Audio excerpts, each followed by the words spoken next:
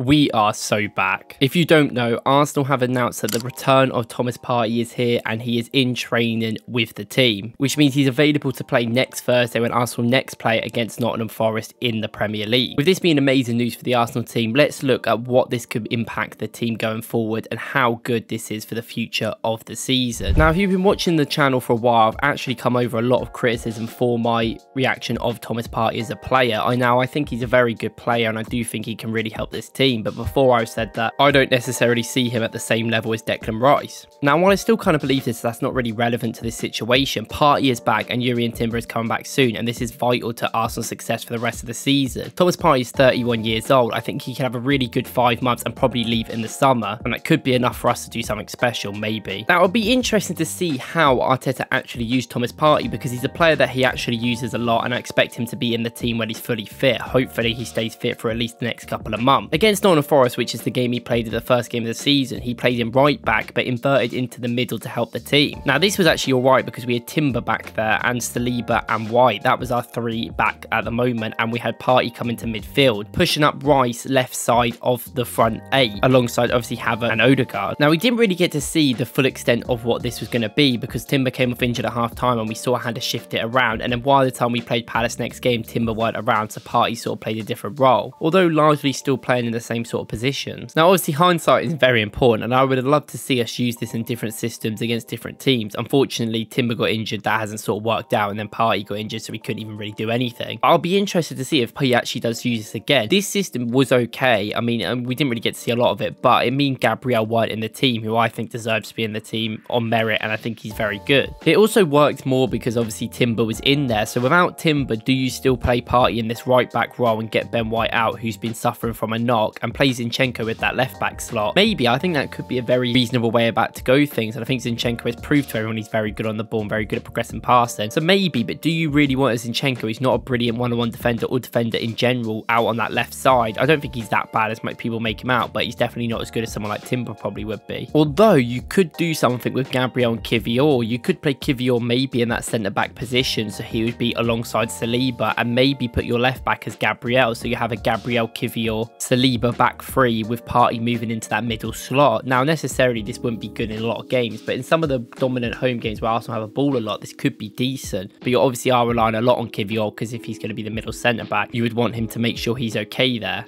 And as much as Partey wasn't playing in a traditional right back, and people are saying that he didn't play right back, okay, fair enough, yeah, he was mostly in midfield, we still do need to defend it out of him, and he does go back into the defence to defend, and I don't really like him in that position. I think it's too deep for him, and he's too much up against him. I'd rather have him in the middle, dogging it out with Rice. And this leads on to where is he actually going to play. Now, he could just decide to play him in midfield with Rice. A Partey and Rice midfield, I think, could work quite well. I've said about Jorginho in another video about his great passing skills, his deep line moves, and he also gives Rice a bit more freedom. Well, Partey can also do that. He's got great progressive numbers, he's really good at passing as well, and he's not that bad with the ball. He's a bit more mobile than Jorginho. So you could use Partey in that double pivot with Rice and use the 3 back still, maybe being Kivior, Gabriel and Saliba, or switch them around to whoever you want. Maybe when Timber comes back, he can get in there. Maybe if you want to play White some games, he can also play in there. And I think this would give a lot of control to Arsenal in the home games that they play specifically. This would obviously create Arsenal to have an overload going forward. It might give Havertz enough time to go into the midfield, into the centre, so he can win them headers down for the other players. This also means Rice can help on that left side that we need desperately for Martinelli, so he can also overlap with him, do some runs and also pass it through for him, and we've seen how good Martinelli can be in space. This also could give the opportunity for Arsenal to play 2 attacking players. You could play Emil Smith-Rowe and Odegaard together in this system. Very attacking, but it could work with Emil Smith-Rowe's brilliant passing lane movement and Odegaard just sitting out of the box waiting for something to happen with a good cross or good ball. Smith-Rowe could pick the ball up from deep and run with it and give it to Odegaard, so it could work all way that way as well. And although it is risky, I think this gives us a lot more control if you were to use that Havertz double striker system with Jesus. He goes out there and helps him, and it gives us a lot more freedom to do that. I feel like obviously there is a lot of defensive risks with this, and you'd rather have Timber back because you know he's defensively solid. But with Arsenal's attack, they really have to go out there and win games. I'm not saying that this should be played away at Old Trafford, but this should be played at home when they know they're going to dominate the ball anyway. Obviously, out of possession, there is some real problems because as much as people go Partey's in midfield, out of possession, he does need to defend that right side. Maybe if you're playing someone like Ben White, he can lock that down, but then you're going to have gaps in the defence when there's only 3 defenders back there. So you need a lot of work from Rice and Partey to get back to help, while also having people like Smith Rowe and Odegaard help with support, with Saka and Martinelli being quite deep, and they'd have to work their arses off to actually make this work. To counter this, you could also just play a back 4. You could easily just play Zinchenko, Saliba, Gabriel and Ben White like we usually do, and put Thomas Partey and Rice in a midfield together. Now, I said that this worked with Jorginho against Liverpool. I thought we were really good at pressing them in with these 2 players. And obviously Partey's been injured for a long time, so it might get him a lot of time to get back into the sort of groove of things, but I expect him to be a very good passer from long range still, and he's very good at running with the ball progression. He's pretty good under pressure as well. With a lot of people pressing him, he can usually give the ball off. He actually had a lot of problems in a single pivot with that, but I think with Rice that sort of nullifies that, and he's got a lot of players near him so he can pass it off to, rather than just being on an island by himself.